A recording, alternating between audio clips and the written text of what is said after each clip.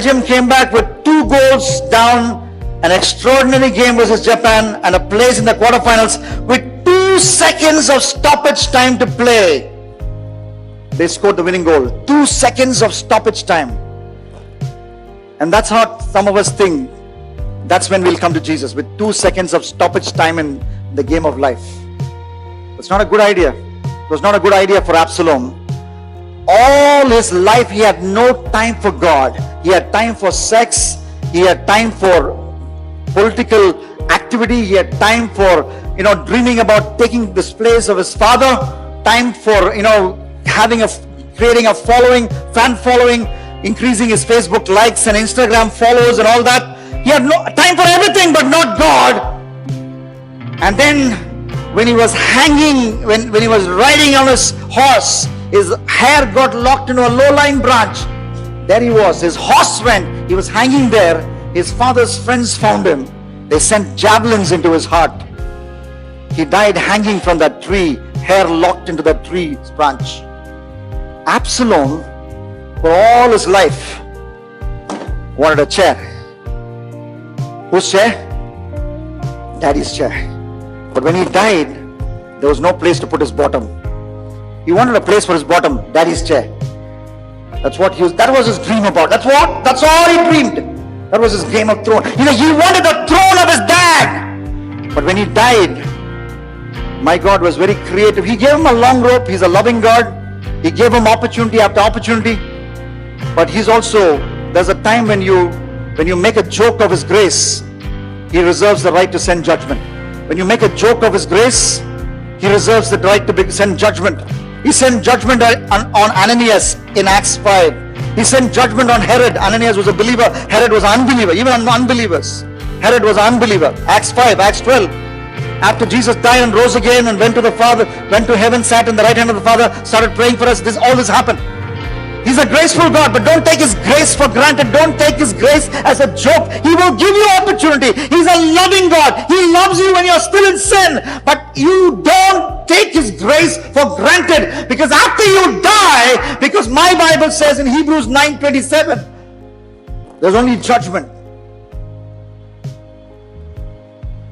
And then the Holy Spirit who is speaking to you will stop speaking to you. Genesis 6:3. My spirit will always not wrestle with you, God says.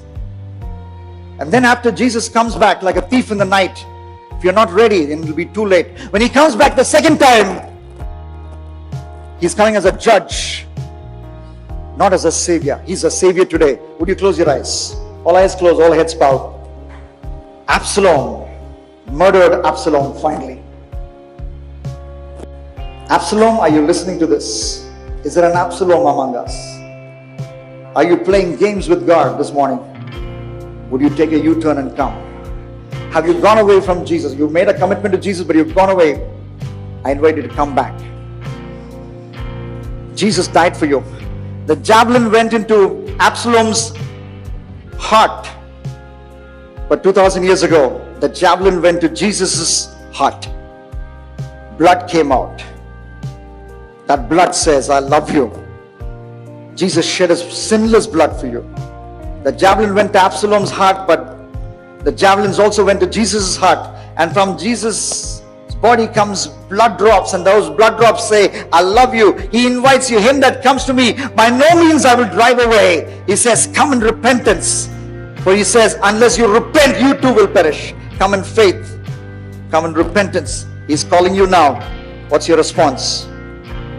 How many of you say, I'm going to make a commitment to this Jesus? I'm like Absalom. I've been running away.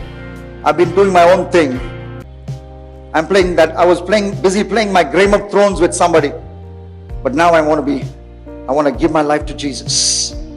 I want to do that. Would you raise your hand as all eyes are closed? You raise your hand? Yes. Don't be ashamed. Raise your hands. Yes. Raise it high. Raise it high. Raise it high. He's inviting you. Raise it high.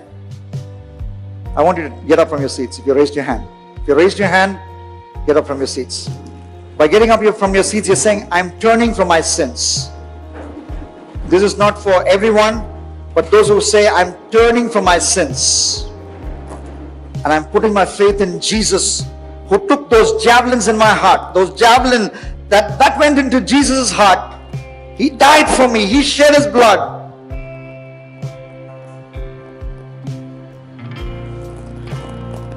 I want you to clear a little bit of the chairs so that there will be space for you to kneel down now, because we're going to kneel down in God's presence. I want to invite the worship team. Even if you're committing your life to Jesus, that's fine, but I want you to come and lead in the song, Here Am I Surrender. Okay? But I want you to kneel down right where you are. Make some space and kneel down in Jesus' presence. And say, Jesus, and start talking to Jesus as the worship team leads us in a song. Okay? I want you to get along. Forget about the fact that there are so many of us in this camp. This is you and Jesus all alone. You and Jesus all alone. And Jesus says, I love you. You might not be an Absalom, but I absolutely love you. Jesus says, you might be an Absalom, but I absolutely love you. Just like David loved his son Absalom. Jesus, the perfect father. Sinful David loved Absalom.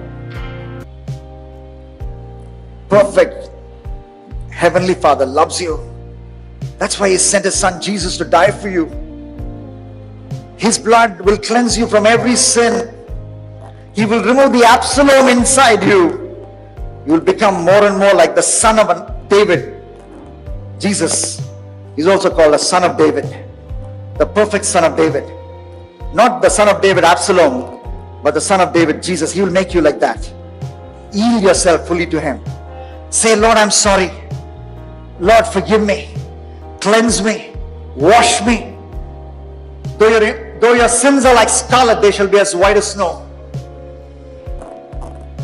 He's not here with an accusing finger.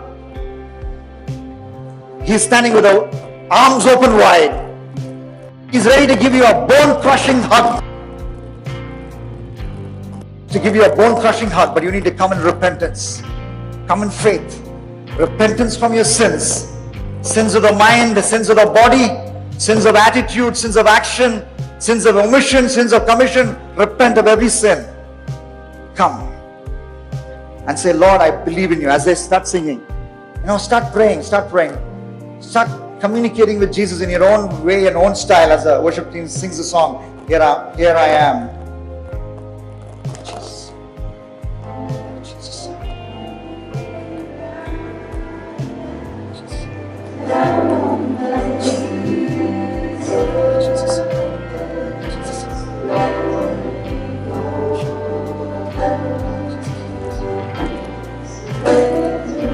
Wash me, Jesus.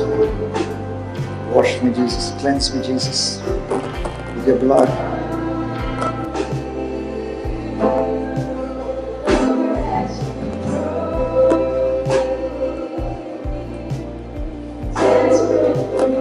I'm desperate for you.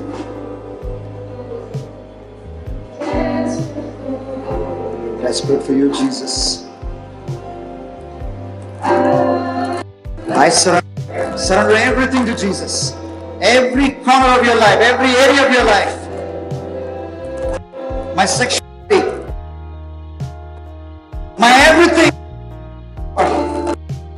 I want to know you more. Whatever I do in this life, I want to know you more. I surrender, Jesus. I surrender. I want to know you, Lord. Knowing Jesus is salvation. He is eternal life. Knowing Jesus is salvation. Hallelujah. Would you pray this prayer after me? Would you repeat this prayer? This is a prayer of rededication of your life to Jesus. And you're saying, I'm turning from my sins. I'm putting my faith in Jesus. I'm starting this lifelong relationship with Jesus. Are you ready to pray this prayer with me? Would you repeat these words, those of you who are kneeling down, as an acknowledgement of the fact that you repented from sins and you put your faith in Jesus, who died for you on the cross and rose again, who invites you, saying, come to me, all you who are weary and heavy laden, I will give you rest. Would you pray this prayer after me? Okay, say these words loud and clear with faith, Dear Lord Jesus. Loud and clear. Dear Lord Jesus, I'm sorry for my sins. Please wash me. Please cleanse me. Come into my heart. Be my captain. Be my leader. Be my Lord. You are my only Savior. I trust in you. Cleanse me with your blood.